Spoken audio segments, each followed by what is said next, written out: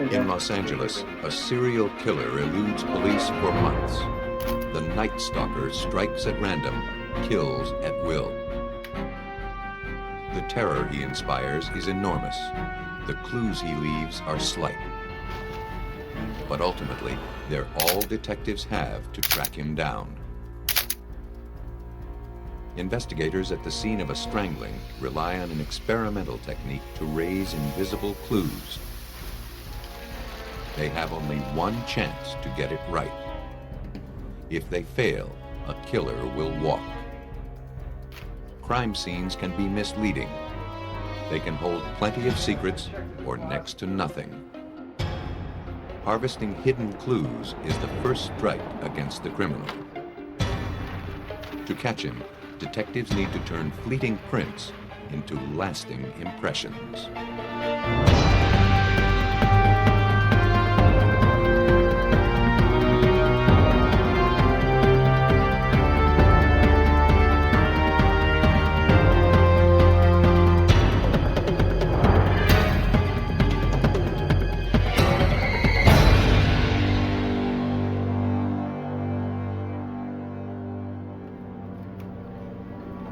Despite their working familiarity with death, Los Angeles homicide investigators were chilled by the scene they encountered in the affluent community of Whittier on March 29, 1985. The ransacked condition of the house spoke of robbery as the primary motive. A VCR, video camera, and much of the couple's jewelry was taken. But the perpetrator also had a taste for blood. Vincent Zazzara had been killed by a .22 caliber bullet. His wife Maxine was shot in the head and mutilated. The forensics team went to work, but wouldn't find many clues. Though the killer had plundered the home with reckless abandon, he had taken care to protect his identity. Technicians dusting for fingerprints determined that the intruder had worn gloves. Whoever had committed these murders left few traces behind. The bullet slugs were too damaged to be of use. After hours of scouring the home for clues, detectives came up empty-handed. The killer, it appeared, had gotten away clean. But he hadn't covered all his tracks. Beneath an open window, detectives located his point of entry. Distinct footprints marked the soil. One of the two prints belonged to the homeowner, Vincent Zazzara. The other appeared to be the footwork of his killer. Technicians sprayed the print with a fixative, then poured plaster into the indentation. The shoe print was lifted from the ground and sent for analysis.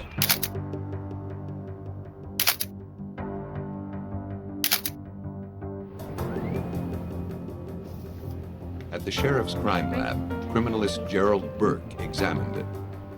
I was asked to check pattern details, size, take measurements of the casts of the impressions, and to see what kind of information I could get from those shoe impressions with regard to manufacturer, make of the shoe, size of the shoe, things of that nature. The more Burke could learn about the shoes, the better idea detectives would have about the man who filled them. Burke knew the cast was from an extremely large sneaker, but he couldn't determine what brand of shoe it was. In his years of experience, Burke had never come across a print like this. It wasn't in their reference library of tread patterns. He couldn't find it in shoe stores. It had to be a newly released model or an off-market brand. Either way, the print, like the spent bullets, led detectives to a dead end. No, we didn't. Well, I don't know. They're still pretty young. Without a source of comparison, Burke's analysis couldn't move the investigation forward. The Zazzara murders weren't the only case that had the sheriff's office puzzled. At the same time, detectives were trying to make sense of a homicide that had occurred less than 2 weeks before, 5 miles away in Rosemead in L.A. County. No, Frank, there's a shot here.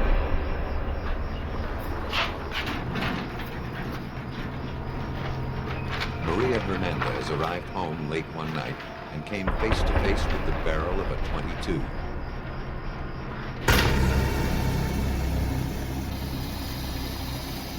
Inside the condominium, her roommate, Dale Okazaki, heard the gunshot.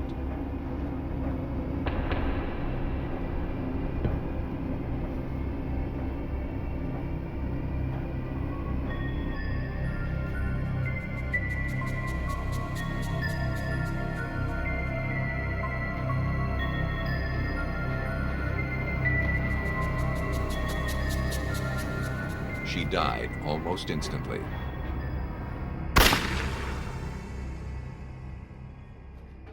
Can you tell me what happened? Maria Hernandez had been lucky. Come home. The keys in her hand deflected the bullet. Go out, and She played dead until the attacker left. and the gun was right in my face. Just She inches told from my investigators face, that the and- killer was a and I- thin Hispanic man in his 20s, dressed all in black. And I laid there. I just knew that I just needed to lay there. And He not had move. black, bulging eyes, hollow cheeks, and rotting teeth. Enough light to see. Hernandez had no idea why he wanted her and her roommate dead. How tall? Is he as tall as I am? Tall? For a week, the case went nowhere. And then, in an equally random way, the Zazaras were killed. The .22 caliber slugs from both crimes were sent to the ballistics lab for comparison.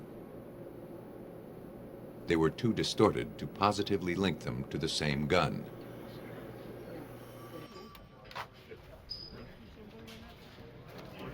Even so, Detective Gil Carrillo of the Los Angeles County Sheriff's Office drew a connection between the homicides. We had Maria Hernandez, who's surviving victim in the Hernandez case. You have her giving us a physical description and a drawing of an individual that assaulted her. We have a particular caliber gun. In the Zazara case, we have no physical description, but we have a shoe print. And we have the same caliber gun. Not only did he see the two crimes as being connected, Carrillo believed they were part of a much bigger pattern. For weeks, violence had been on the rise in Los Angeles County, a 4,000 square mile area of 88 cities.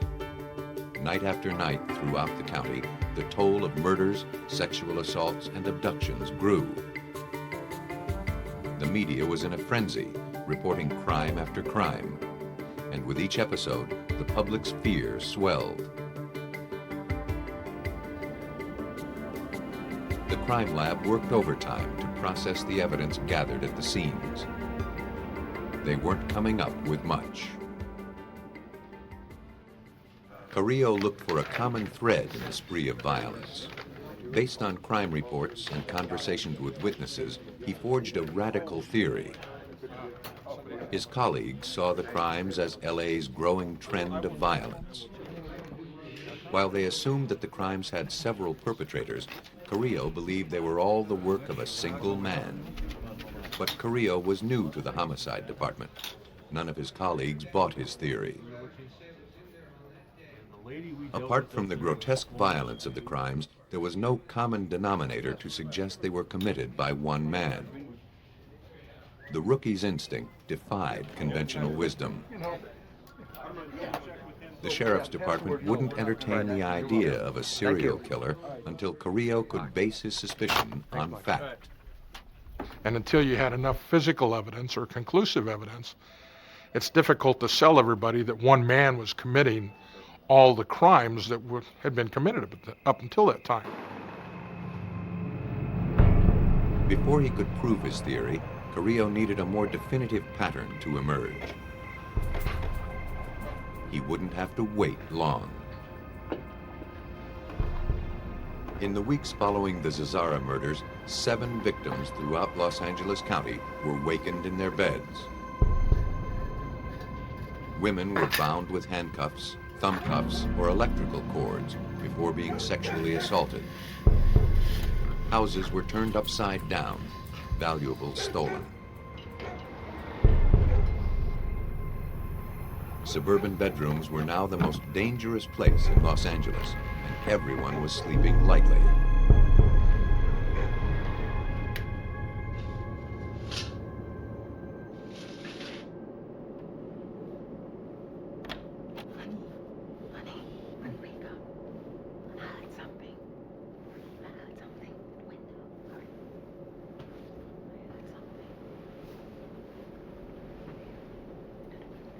In early June, just 3 blocks from the Zazara's house, a deputy's wife was roused from her sleep.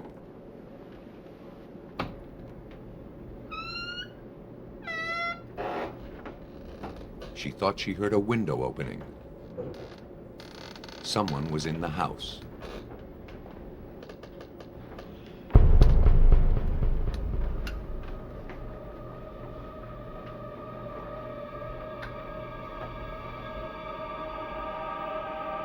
Hearing the couple's movement, the prowler slipped away. The deputy called the sheriff's department.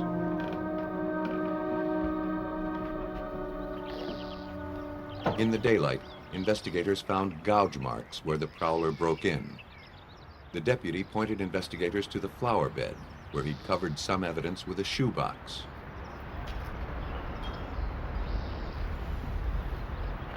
Beneath it was the imprint of a large athletic shoe. The waffle pattern was familiar. It looked just like the tread found outside the Zazara's house. It was the break detectives had been waiting for.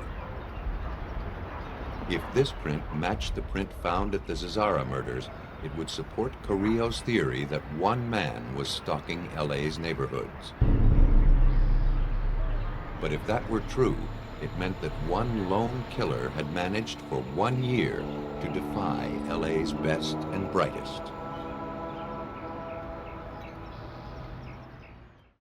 I think that's an interesting thing.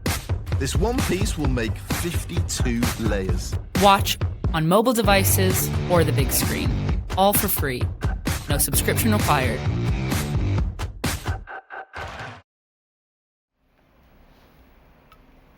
Now that he had a basis for comparison, criminalist Gerald Burke examined the 2 plaster casts taken from the crime scenes. He determined the prints were made by shoes of the same model, but not necessarily by the exact same shoe. Because both prints were left in coarse dirt, Burke was unable to identify the subtle marks that make each shoe unique. Things like little nicks and cuts and scratches, or something that can be used as an identification, more or less like a fingerprint in one shoe sole to another. This was of little help to detectives. In a county of 7.5 million people, they could not track a man solely by his tread marks. But it was all they had to go on. And it kept showing up again and again. Since the Zazara murders, the large waffle pattern was found in the mud outside a Monterey Park homicide and was stamped in blood inside the home of a severely beaten old woman in Monrovia. Burke had 3 casts and 1 shoe print to work with. The crimes remained unsolved. The shoe prints remained a mystery. Then, a summer intern casually walking by a lab table made a pivotal observation. And she said, "Oh, that's an Avia." And everybody just stopped and looked at her and said, "Are you sure?" And she said, "Yeah, I got a pair in my trunk." So she goes to the trunk of her car and pulls out this pair of Avia shoes, and that's when everything broke loose. Avia was a new brand, explaining why the department had no information on them. In order to learn everything they could about this shoe, investigators went to Avia headquarters in Portland, Oregon. The company's designer identified the model number of the shoe that made the print. Burke pressed for more information. I asked him to be a little bit more specific, and he said that he actually designed that shoe, and that he had a patent on that particular shoe sole design, and that there were no other patterns that were close. The pattern was from an aerobic shoe that had only been on the market for 4 months. Only 1,300 pairs had been manufactured. Avia provided Burke with a number of soles from the factory so that he could accurately determine the size of the shoe that left the print. The rate of motion and the texture of the ground can greatly distort the impression. The only way to size the shoe was to compare tread patterns. The pattern details on the sole increase as the shoe size increases. Down here in the bottom of the shoe, actually the mid portion of the shoe, you'll see that there are a number of chevrons. And these chevrons actually increase in number with the increasing shoe size. And the plaster casts, although they weren't good enough quality to record the Avia logo, they were good enough quality to allow me to count these pattern elements, these pattern details.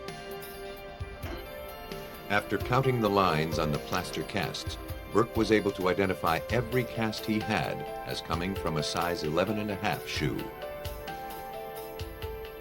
When he examined the marketing material from the manufacturer, he realized what a crucial discovery he'd made.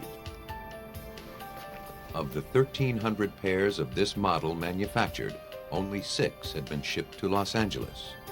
Of those 6, only 1 was an 11.5. Only a handful of men in the country owned size 11.5 Avias. Carrillo's improbable theory of a single killer was now glaringly real. When you start throwing the odds of more than one person wearing that particular model and size of shoe, it becomes, it narrows it down quite a bit that not more than one person is committing the crimes. When you have physical descriptions coupled with physical shoe prints, you've got, I mean, that's a neon sign saying, come get me. That's one man. One very dangerous man that required county-wide attention. And getting him wouldn't be easy. They didn't know who he was, but terror had a name. The media dubbed him the Night Stalker. The Sheriff's Department organized a task force of homicide detectives. Carrillo teamed up with Frank Salerno. From his experience hunting some of LA's most deadly serial killers, Salerno knew what kind of challenges they faced. It's very frustrating. You know, there's one individual out there that's committing all these crimes, and very violent, serious crimes, and you want to bring it to an end as quickly as you can. The task force started small, then swelled as evidence accumulated. At one point, we had about 75 investigators working in the bureau at that time, and we were using 1/3 of them just to investigate the Night Stalker series. The Night Stalker held Los Angeles in a reign of terror during the summer of 1985. Night after night, people were struck down in the place they used to feel safest, their own homes. Pressure to solve the case was tremendous. But until detectives like Gil Carrillo uncovered the Night Stalker's identity, they couldn't calm the panic. Gun sales went up, burglar alarm systems went up. Everybody was locking their windows and doors during a very, very warm summer. And you're talking about something that just took over the entire county of Los Angeles. Law enforcement took to the streets. Detectives canvassed neighborhoods where the Night Stalker had struck, hoping that someone recognized him.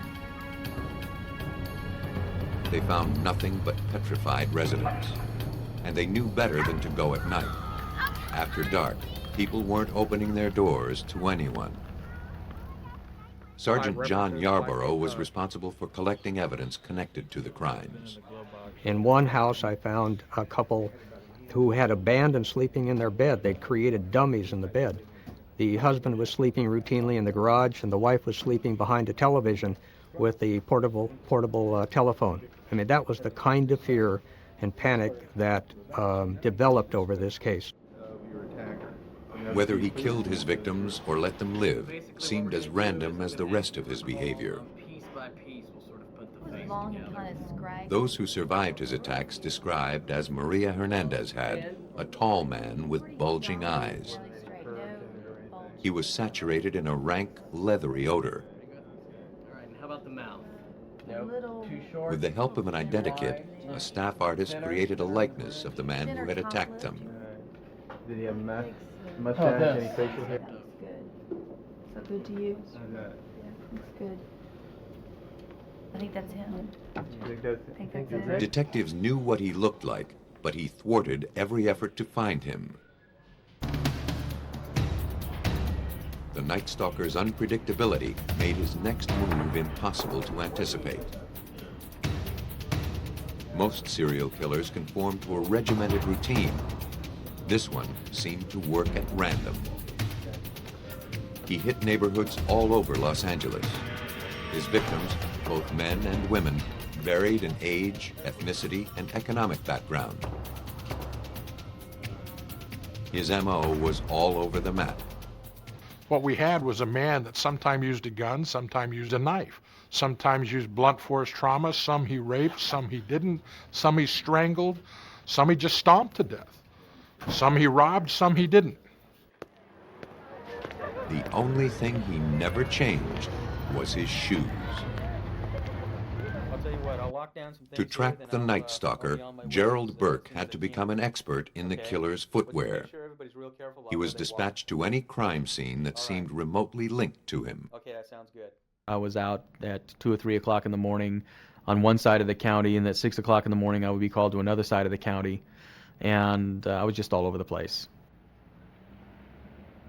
And though detectives could track the killer by his shoe prints, they always lagged one step behind him.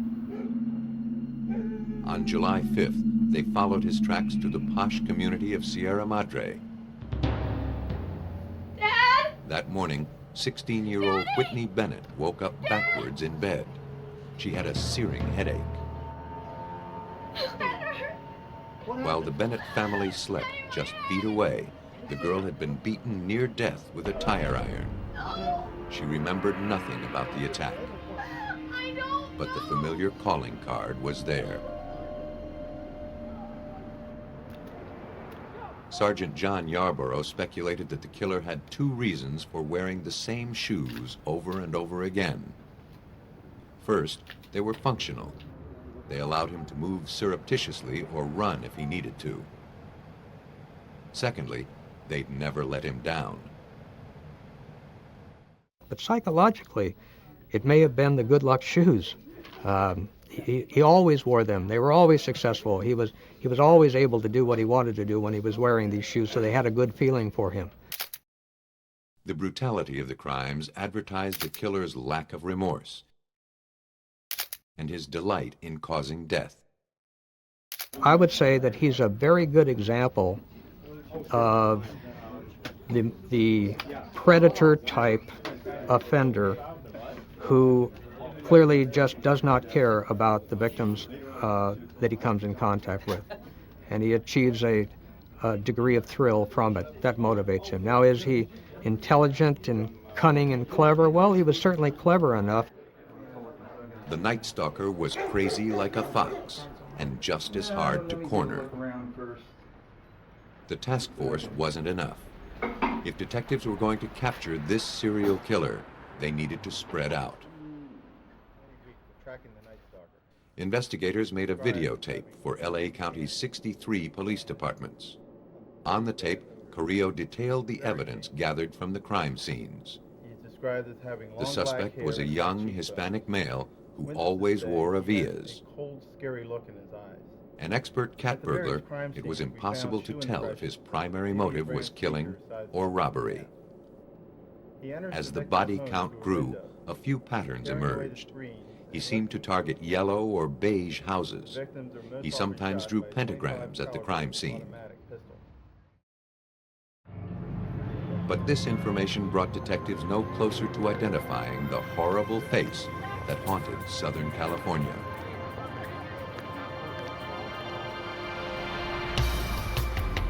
the violence reached a frenzy as the summer of 1985 wore on. By early August, the Night Stalker was suspected of killing 13 people and attacking 10 others. His activity in and around Los Angeles seemed to be accelerating. Law enforcement braced for his next assault.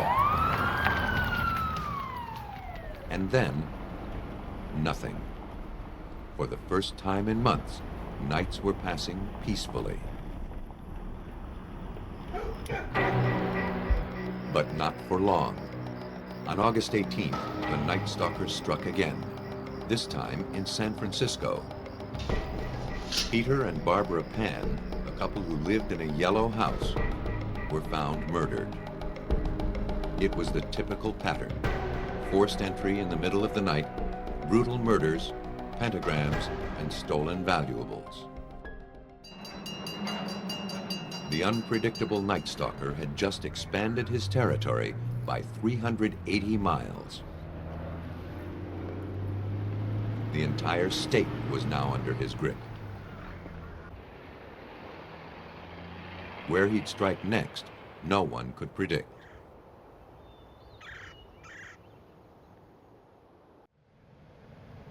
San Francisco Mayor Dianne Feinstein called a press conference to calm the citywide hysteria. But she divulged sensitive forensic information detailing the sneakers and the ballistics findings. Detectives believed the Night Stalker was following his case in the media. All along, he had enjoyed toying with law enforcement. Now that he knew exactly what they had on him, the advantage was his.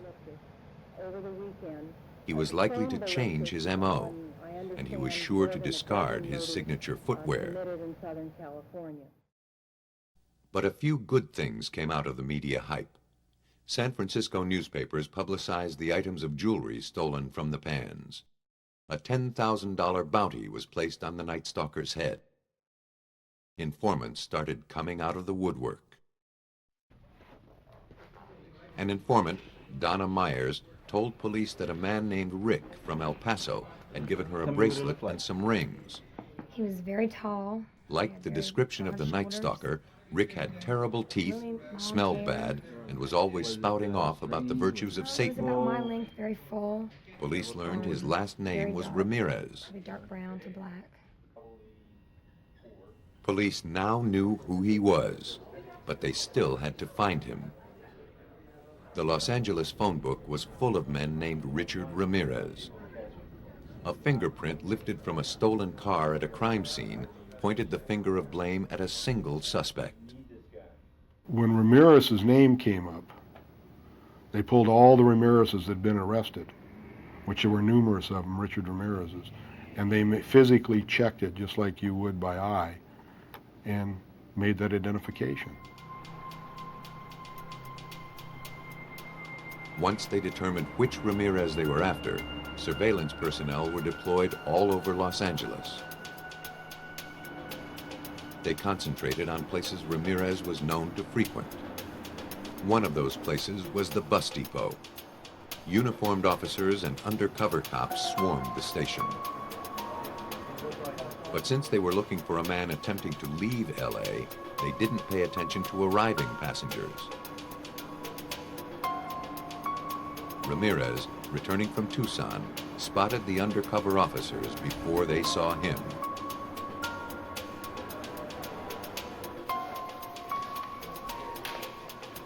He slipped out of the bus terminal and went to an East LA bodega for some breakfast. He quickly realized that he was the center of attention. El Matador, they whispered, the killer. Police were called. The chase was on. Ramirez ran for his life along the 5 freeway. He ran like a gazelle. He literally ran at a full sprint, probably a good 2-3 miles. Kept going, went over 10-foot sound walls, crossed 8 lanes of the 5 freeway right here. The fugitive made his way into a residential neighborhood of East LA. He saw his only way out, but it wouldn't take him far.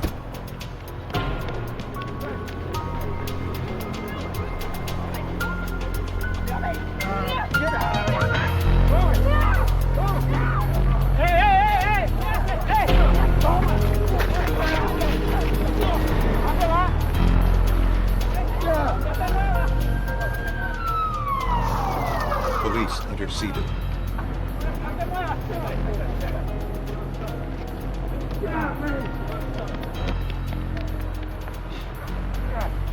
The man they protected from attack was the man they'd been hunting for months. Their prime suspect, Richard Ramirez.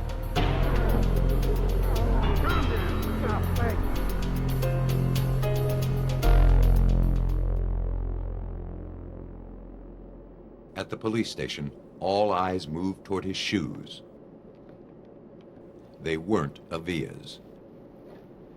The Night Stalker was too clever to wear those again, but they were size 11.5. It seemed they had their man, but they didn't have his shoes. As always, it appeared the Night Stalker remained one step ahead of them. Pinky, let's see your pinky. Both Carrillo and his partner Frank Salerno believed that Richard Ramirez was the Night Stalker, but they didn't have the notorious sneakers. To build their case, the detectives would need to carefully draw together the web of evidence. Their first task was to interview the suspect. His demeanor surprised them. Very soft-spoken. For lack of a lot of education, he was well-spoken also. Probably the thing that sticks in my mind the most is when you walk into an interview room with a suspected killer, is you usually introduce yourself, you tell them who you are. And they walked in and sat down, and he says, "You're Frank Salerno." Ramirez knew of him from the Hillside Strangler case, involving a pair of high-profile serial killers Salerno helped nab 6 years earlier. Detectives learned that their suspect had a vast working knowledge of serial killers throughout history. He knew all of their names, their methods, and the details of their captures. He had followed the Night Stalker case in the media. Though he never admitted to any crimes, Ramirez engaged detectives in a conversation about LA's latest serial killer. He would talk to us in the third person. I didn't do this, but the Night Stalker might have done this. And the Night Stalker might have done this and this, and what do you think he'd have done over here? Ramirez never confessed, so investigators looked for hard evidence to tie Ramirez to the crime spree. Inside his wallet, they had found a claim ticket for a piece of luggage at the bus station. Everything was removed and photographed. The bag contained a revolver and several kinds of ammunition, including .22 caliber cartridges. The evidence was bagged for further analysis. The shells and slugs collected from various crime scenes were taken to the ballistics lab to compare against those taken from the bag. They matched. Also, Ramirez's fingerprints were found on some of the items, confirming that the bag and its contents belonged to him. Most of the Night Stalker's surviving victims picked him out of a lineup. The eyewitness accounts, ballistics, fingerprint, and shoe print evidence provided police with enough to arrest Ramirez for the Night Stalker crimes. 3 years after the arrest, the case finally went to trial. By this time, police suspected that he had killed 16 people and assaulted 11 others. The suspect made no show of repentance. During a preliminary hearing, he sported a pentagram on the palm of his hand. He waved it about, shouting, "Hail Satan." Though no size 11.5 Avia aerobic sneakers were recovered among Ramirez's belongings, It was the prints found in 8 of the crime scenes that held the case together. They formed an irrefutable physical link between the string of burglaries, rapes, and murders. Eyewitness testimony tied the man in court to other crimes, even when no print was present. The most expensive trial Los Angeles had yet seen came to a close after more than a year with a victory for the prosecution. In November 1989, Ramirez was sentenced to death 19 times. Richard Ramirez was one of the most horrifying monsters to terrorize the country. But whether a killer takes many lives or only one, the motivation to kill remains the same. Murder is the ultimate selfish act.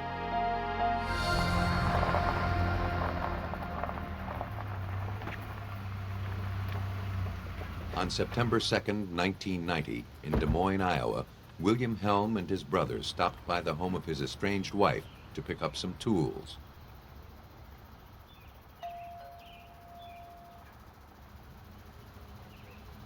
The house was locked. There was no sign of his wife. He could see their son playing unsupervised. He became alarmed.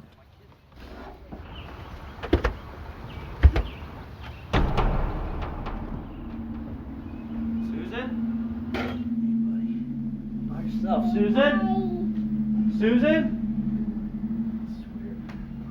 Susan?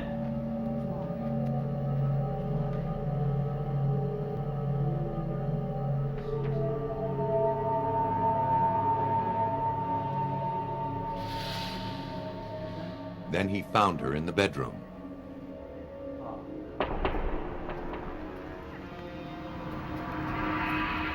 Helm called the police.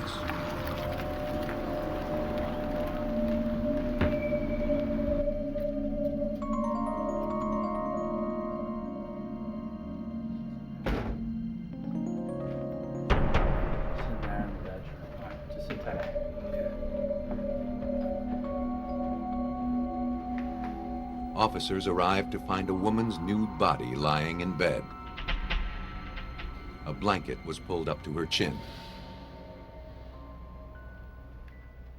Susan Helm, a 24-year-old housewife, was last seen alive at 2 a.m. when neighbors picked up a child she'd been babysitting.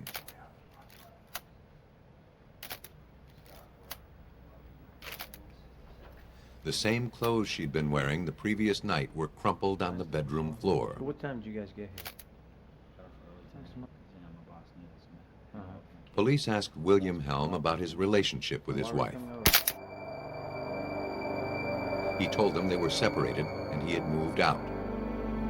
He said he had last seen her the day before when he dropped off their son. They learned through interviews with the couple's friends that there had been a history of domestic violence.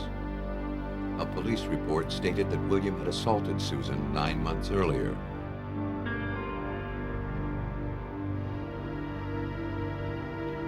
Nothing in the house seemed out of place. There were no signs of a struggle, no indication of burglary.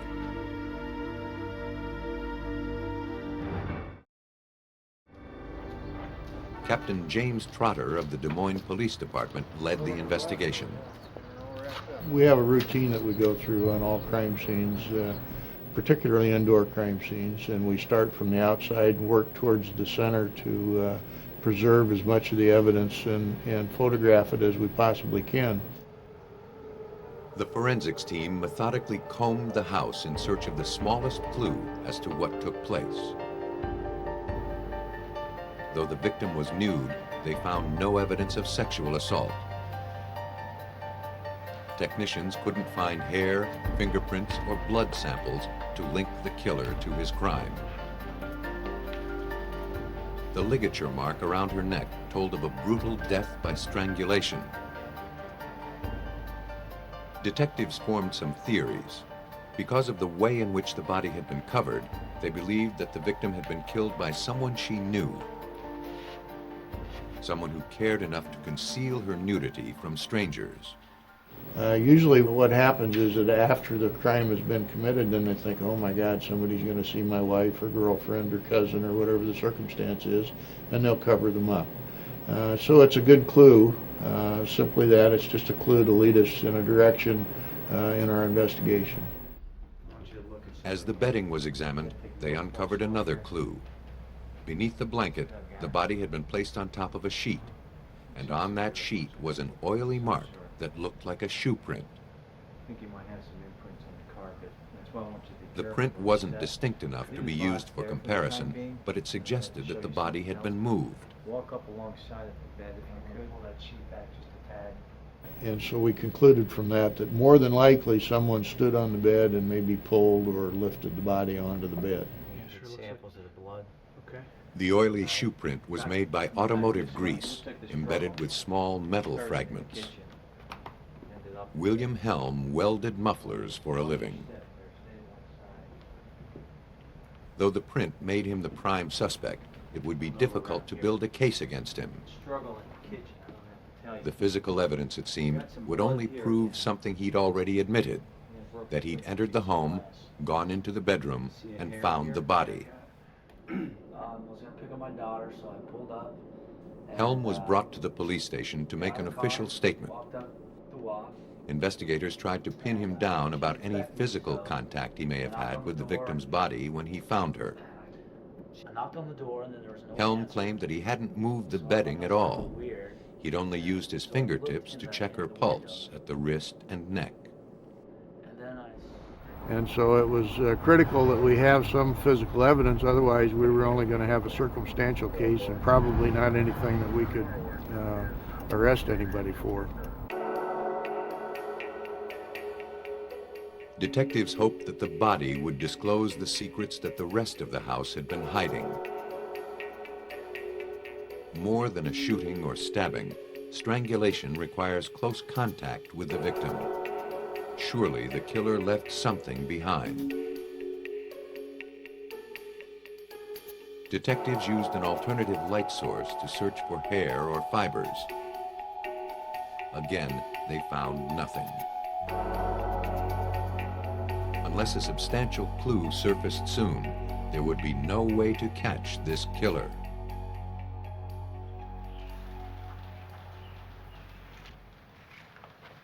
As investigators finished their search of the crime scene, they realized that they were being watched. After leaving the police station, Helm had returned to the scene of the crime. He pulled a lawn chair out of his car and set up an observation post on the neighbor's lawn. Peculiar behavior for someone who just lost his spouse.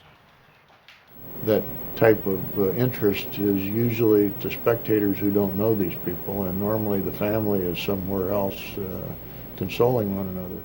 You never touched your wife. You went directly. Helm's detached interest in the case fueled detective suspicions. Never touched your wife. No. They asked him to come to the station for another interview. You want to know why? After almost 2 hours of questioning, police obtained enough information to get a warrant to collect samples of his hair, saliva, blood, and handprints. Okay, pull it up. In order to prove that Helm had killed his wife, police would have to find evidence that he was the one who moved the body.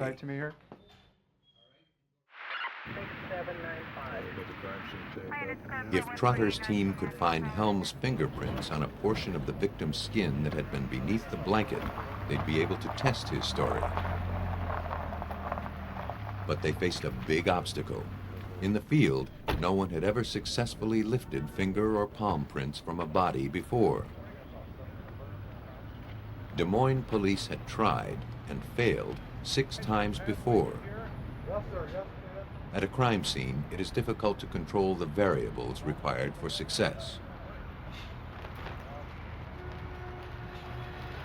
Proper timing, temperature, and humidity were crucial. The experimental technique to raise fingerprints from skin had only succeeded in laboratories. If they could make it work at a real crime scene, it would bring criminal investigation to a whole new level of precision. The technique relies upon superglue's ability to turn the human touch into a permanent imprint. Years ago, workers at a superglue factory noticed that if they weren't careful, they left their fingerprints on the glue packaging. And because of their exposure to the glue fumes, these fingerprints couldn't be wiped off. Vaporized superglue, or cyanoacrylate ester, adheres to the oil deposited by the human touch. It attaches to fingerprints on hard substances such as glass or metal, creating a thin shell over the ridged pattern. It actually seals the print under a layer of plastic. In most cases, this pattern can then be dusted and lifted with tape. But lifting a delicate print off a textured, oily surface like skin is a tricky procedure. If there were any prints on Susan Helm's body, they wouldn't survive a trip to the coroner's office. The slightest change in temperature or the lightest brush against the body could ruin them. The testing would have to be done where the body lay. All we could see was maybe just In the lab, the technique had succeeded only on prints less than 4 hours old. Susan Helm had been dead for more than 12 hours. But it was the only hope police had of tying the murderer to the crime. The first step was to build a tent around the victim. A plastic drop cloth was wrapped around the frame and secured. Temperature within the tent must be increased to speed the evaporation of the glue. In the field, it's difficult to control. Liquid superglue was placed in aluminum dishes and set on burners inside the tent. The glue was heated for 10 minutes until fumes filled the structure. Technicians allowed 30 minutes for the glue to set. After the fumes settled, technicians moved in. Whatever lay beneath the plastic would make or break the case. If they could find a good quality print, they might be able to catch a killer. But if history were any guide, they'd find only a degraded print or none at all. And that meant a killer would walk. The plastic was peeled back from the body. Technicians searched for the ridges of a human fingerprint with a halogen flashlight. Shining the light at an angle helps the prints stand out. Passing over the lower portion of the victim's abdomen, the light revealed a pattern. It wasn't a fingerprint. It was larger and more distinct than they could have imagined. The print from practically an entire hand. The potential proof was there for the investigators to see.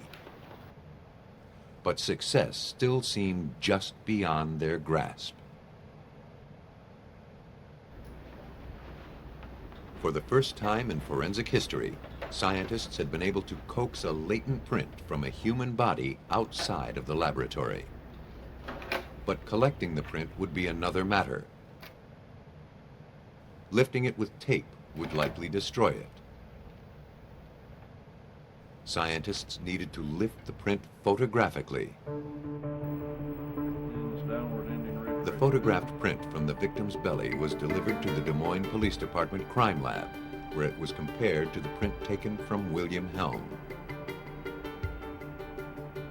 When comparing two fingerprints, identification technicians use a computer to look for matching patterns.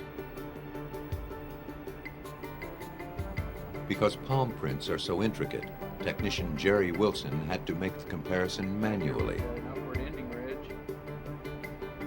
The time-consuming task requires him to pinpoint areas where ridges join, diverge, or form dots. The ridge on the outside. Using those patterns as reference points, Wilson compares the prints for similarities. And we look for these same identical points in the same relative unit space in each between the latent and the ink print and the same amount of intervening ridges. And we also look for discrepancies, because if there's unexplained discrepancies, then you have to either eliminate the print altogether or explain why there is a discrepancy. Technicians found no such discrepancies between the prints. Instead, they identified a highly unusual formation on both. It was a double loop formation in the palm print, which is very unusual. And that helped to locate the pattern area and made the comparison much easier between the inked and the latent print. Right here we've got an upward ending ridge. Wilson can call two prints a match if they share 8 common reference Ending points. ridge right there. In the Helm case, technicians stopped counting This at is 90. kind of up in the interdigital area, so we got 2 delta It was one of the most formations. obvious matches their office had ever come across. There. The discovery of William Helm's palm print on his dead wife's belly proved he was lying. He was the one who placed her into bed.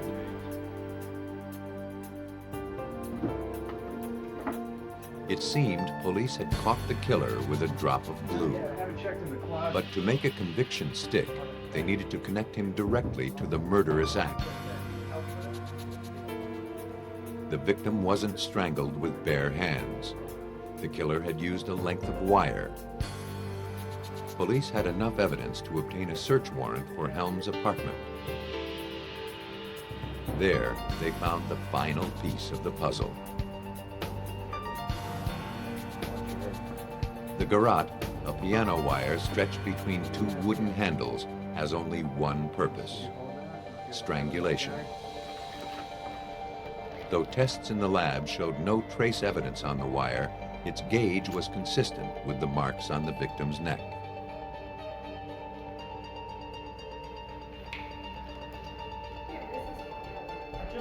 Trotter pieced together a likely scenario of the murder.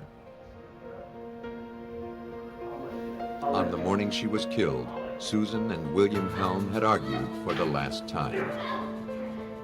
William became enraged and took her life. He tried to cover his deed with a blanket, but the persistence and methodical attention to detail of the Des Moines Police Department produced the clue that marked him as a killer. William Helm was convicted of first-degree murder in the strangling death of his wife. He was sentenced to life in prison without parole.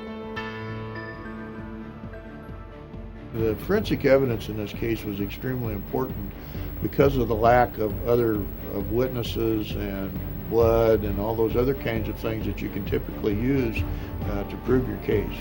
So the fingerprint, the palm print in this case was the turning point for us. By making sense of obscure prints, forensic scientists helped expose the crimes of Richard Ramirez and William Helm. Thanks to advances in technology, murderers like them can no longer escape the lasting impressions they leave behind.